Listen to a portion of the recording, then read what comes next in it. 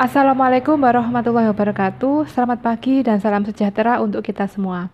Di sini saya Ibu Erna Nurrohim akan menyampaikan mata kuliah kewirausahaan dalam pelayanan kebidanan khususnya untuk mahasiswa kebidanan semester 5 Poltekkes Kemenkes Malang Prodi Kediri. Sebelumnya saya ucapkan terima kasih kepada Bapak Ibu dosen Poltekkes Kemenkes Malang yang telah memberikan kesempatan saya untuk bisa memberikan sesuatu yang bermanfaat untuk teman-teman semua di sini. Dan di sini saya memanggilnya teman-teman ya, karena pastinya dengan berjalannya waktu nanti teman-teman semua akan lulus menjadi seorang bidan dan nanti kita setelah lulus akan menjadi mitra kerja atau teman sejawat. Dan saya harap teman-teman semuanya nanti akan bisa menjadi orang-orang sukses dibandingkan saya. Kemudian sukses seseorang itu tidak berdasarkan siapa yang mengajar ataupun sekolah di mana ya teman-teman ya. Jadi suksesnya itu karena kemampuan teman-teman semuanya, karena diri teman-teman semuanya bisa berjuang untuk menghadapi segala sesuatu yang pernah dialami. Nah, sebelumnya saya pernah membuat pretest untuk menjelaskan apa itu sukses. Setiap individu itu saya membaca, saya sangat senang sekali ya. Dengan membaca berbagai macam jawaban teman-teman itu saya merasa terbuka wawasan saya dan alhamdulillah semuanya benar, semuanya baik karena kesuksesan seseorang itu antara individu satu dengan yang lainnya itu tidak bisa disamakan dan ini kebebasan yang tidak bisa diganggu gugat. Nah, jadi disimpulkan dari apa yang telah disampaikan oleh teman-teman semuanya bahwa arti dari kesuksesan itu di mana kita bisa menjalani segala rintangan untuk mencapai cita-cita tersebut. Cita-cita ataupun harapan kan banyak ya, bisa cita-cita dalam jangka yang panjang ataupun dalam jangka yang pendek. Suatu misalnya saat ini teman-teman sedang menempuh kuliah di semester 5. Kira-kira masalah apa yang harus diselesaikan di semester 5? Ataukah masih ada tanggungan di sebelum semester 5 ya? Entah itu target ataupun kompetensi-kompetensi yang lain. Nah, apabila teman-teman bisa mengatasi masalah-masalah di semester 5 ini ataupun beberapa masalah yang belum selesai, teman-teman harus memiliki semangat, aku harus bisa menyelesaikan tugas misalnya mata kuliah apa, kepersalinan ataukah neonatus ataukah nifas atau semuanya. Jadi yang dimaksud dengan sukses ini bisa kita contohkan di hal-hal kecil saja. Suatu contoh misalnya kita akan melakukan ujian misalnya mid semester atau pertengahan semester. Kita dikatakan sukses bisa apabila kita telah melewati ujian tersebut dan kita bisa mendapatkan nilai yang bagus, ataupun jika mendapatkan nilai yang tidak bagus ya kita harus semangat lagi untuk bisa mengejar kekurangan yang telah kita terima pada saat ini. Sukses itu dari mulai yang hal-hal kecil hingga hal-hal besar. Sebenarnya banyak ingin saya memberikan contoh kepada teman-teman, tetapi waktunya yang sangat terbatas ya. Nah, kembali lagi ke mata kuliah yang akan kita bahas pada pagi hari ini tentang kewirausahaan. Sebenarnya saya sangat insecure ya, atau sebenarnya saya kurang percaya diri karena di sini saya belum memiliki suatu usaha yang sukses atau belum berhasil. Namun, saya ingin memberikan contoh ataupun gambaran kepada teman-teman. Suatu misal, pada tahun 2017 hingga 2018 saya itu sudah memiliki suatu outlet usaha baby spa. Pada saat itu 2017-2018 itu di Kabupaten Kediri itu masih sangat jarang sekali dan masih sedikit untuk teman-teman bidan yang mendirikan praktek mandiri bidan, itu juga masih belum ada menu layanan untuk pijat bayi ataupun spa bayi. Nah, karena keterbatasan ilmu saya, karena ketidaktahuan saya bagaimana mengelola usaha ini, akhirnya terbengkelailah dan saya tinggal ke Taiwan. Meskipun saya itu pergi ke Taiwan tidak hanya karena saya tidak bisa mengelola usaha baby spa ini, tapi karena juga faktor yang lain kompleksnya. Dari itu saya ingin memberikan motivasi kepada teman-teman, gambaran kepada teman-teman mumpung sedang masih kuliah, karena pada saat kuliah itu kan kesempatan kita untuk belajar itu masih banyak. Teman-teman masih bisa bertanya di ibu-ibu senior yang sudah menjalankan usahanya, baik itu usaha praktek mandiri bidan ataupun usaha mom and baby care, mom and baby spa. Teman-teman silakan dipelajari. Meskipun tugasnya teman-teman itu banyak, selain teman-teman harus belajar merencanakan usaha apa yang nantinya ingin dijalankan setelah lulus, teman-teman juga harus belajar bagaimana bisa terampil dengan kompetensi wajib yang sudah ditentukan oleh institusi pendidikan. Misalnya, bagaimana bisa menolong persalinan dengan baik, bagaimana bisa memberikan pelayanan antenatal kepada ibu hamil secara komprehensif, secara baik, bagaimana memberikan asuhan pada neonatus. Nah, itu kan ilmu-ilmu kebidanan yang harus teman-teman kuasai. Memang ilmu kebidanan itu sangat luas, sangat dalam, ya. Jadi ya seperti itu, teman-teman harus bisa menyemangati diri sendiri. Jadi harus bisa mempelajari semuanya, ya, belajar mata kuliah inti dan juga harus bisa mempelajari mata kuliah tambahan. Nah, sangat beruntung sekali teman-teman di perkuliahan ini sudah ada mata kuliah kewirausahaan. Karena apa? Karena saat ini contohnya, saat ini saya kebetulan mendapatkan mata kuliah atau kebetulan mendapatkan tugas untuk menyampaikan materi tentang aspek pasar, kemudian tentang bagaimana strategi marketingnya, bagaimana membentuk suatu organisasi di dalam usaha kita, kemudian bagaimana etika di dalam berusaha, bagaimana kita mengelola manajemen keuangannya. Nah, itu semua adalah ilmu-ilmu yang belum saya dapatkan pada masa kuliah. Tetapi ilmu ini sangat penting sekali apabila nanti teman-teman menjalankan suatu usaha atau berwirausaha. Jadi di sini kita belajar bersama ya teman-teman ya. Apabila nanti di dalam saya menyampaikan ataupun menerapkan di dalam aplikasi dalam kenyataannya mungkin ada yang belum pas, mohon saya juga dikoreksi karena di sini saya memang membutuhkan pemikiran yang sangat-sangat keras ya. Saya belajar berhari-hari itu karena harus ini teorinya seperti ini ya. Konsep teori itu sangat abstrak ya. Kalau belum diterapkan di dunia nyata itu memang sangat bingung bagaimana sih ini maksudnya. Nah, kecuali kalau ilmu-ilmu kebidanan yang sudah pasti. Oh, seperti ini loh menolong persalinan 60 langkah, seperti ini loh tekniknya untuk injeksi. Nah, berbeda sekali dengan kewirausahaan.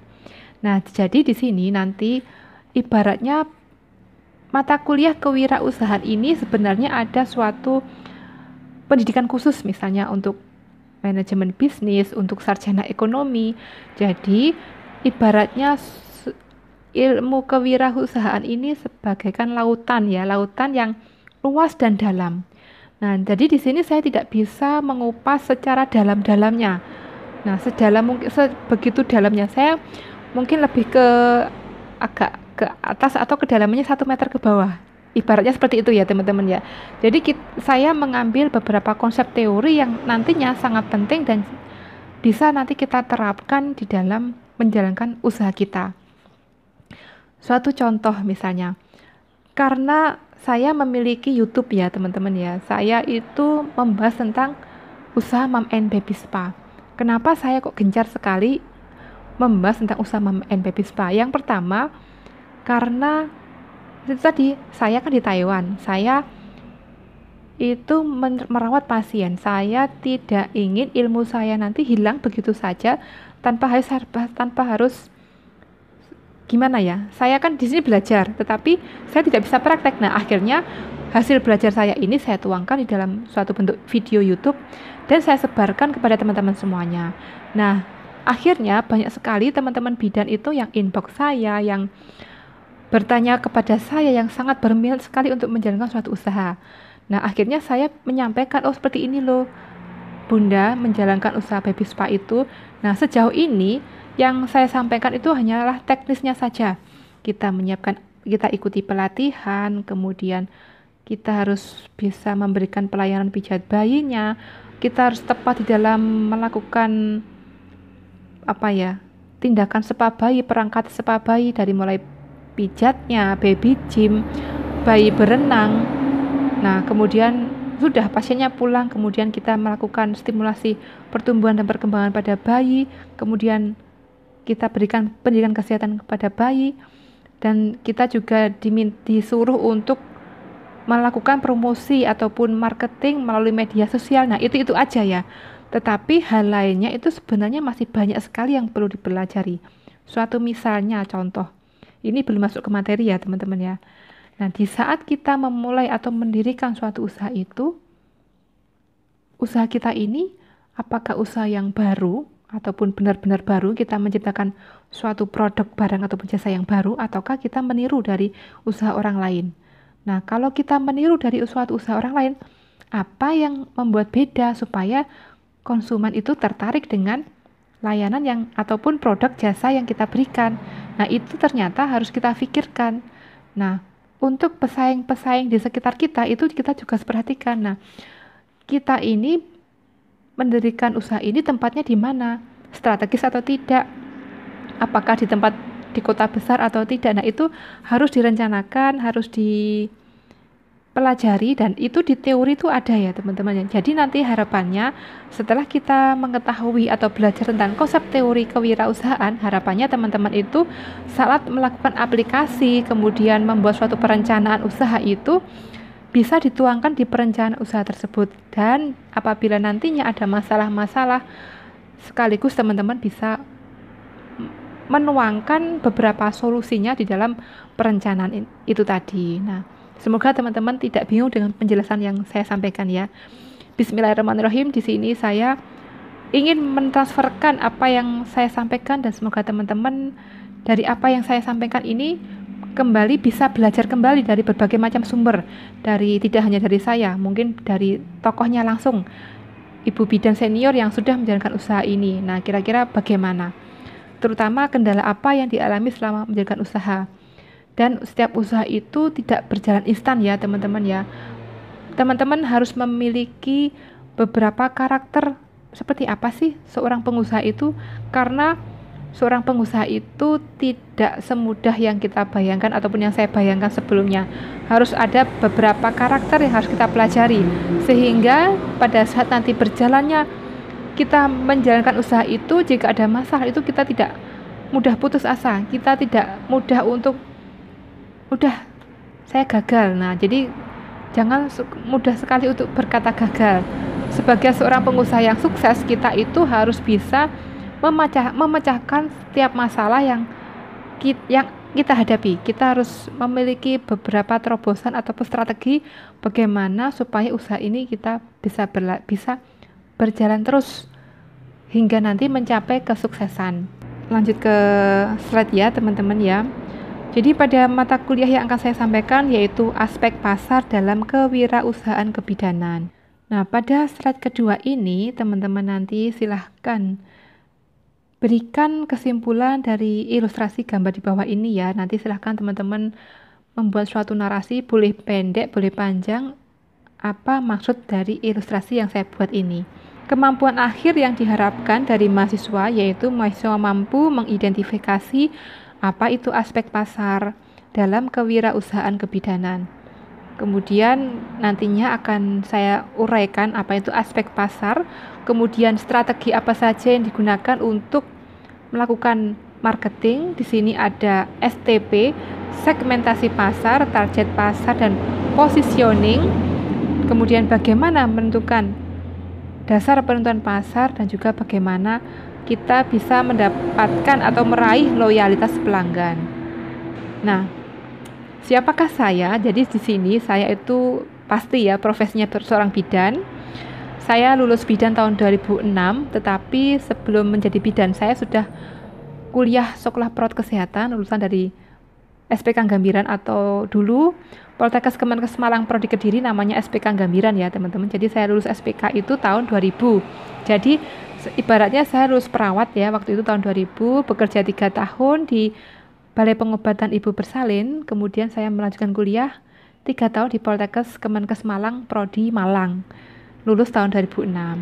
Dan saya juga seorang istri, seorang ibu, dan sekarang juga masih bekerja sebagai perawat lansia informal di Taiwan.